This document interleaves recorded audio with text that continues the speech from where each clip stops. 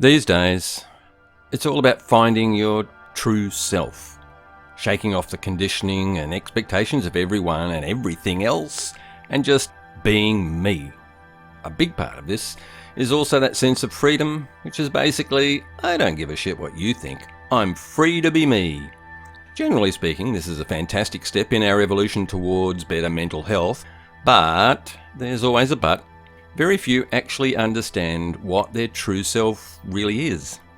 We usually start by taking time out in some form to look at how others influence us, our family and friends, communities, church or whatever religion we're part of, and our peer groups and so on. It involves being as objective as possible to recognise where our thoughts and actions can actually be expectations and conditioning, rather than coming from our own hearts and motivations and innate talents and so on. So where do we draw the line? At what point do we recognise that something is innately me or something that is conditioned in some way? The simple answer? There is no line. The entirety of what we call our identity, everything that creates that sense of me, our ego, or personal paradigm as I like to call it, or that voice in our head that gives context to our existence, all of it is a construct of external environment and conditioning.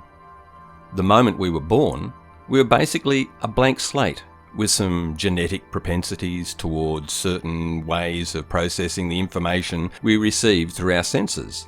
From that moment on, every single thing we experience, every sight, sound, touch, every word spoken and the emotions behind them, every interaction with our environment, no matter how small or large, absolutely and utterly everything creates a complex image of the world, ourselves, and our place in that world inside our minds.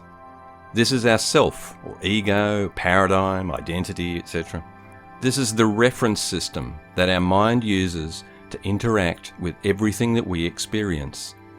This whole idea is nothing new in the slightest, and philosophers and spiritual seekers and now many fields of science have expressed variations on this idea throughout all of human history. The implications of this create something of a dilemma in finding the real me. The truth is, no matter how hard we try through self-observation, analysis, therapy, and whatever methods we employ, we are really just rearranging the way we use our paradigms. Sure, this is certainly better than blindly following our ego, but it's still an illusion in a sense. Ultimately, the real me is the raw consciousness that exists underneath all that. The presence at birth that began to absorb endless environmental information that created an identity we call me.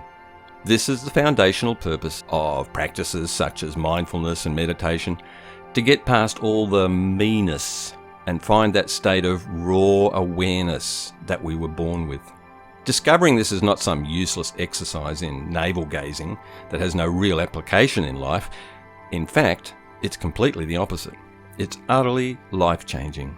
It frees us to simply observe what is, free of judgment, reaction, interpretation, and filtering through our biases and assumptions, and just accept things as they are in any moment.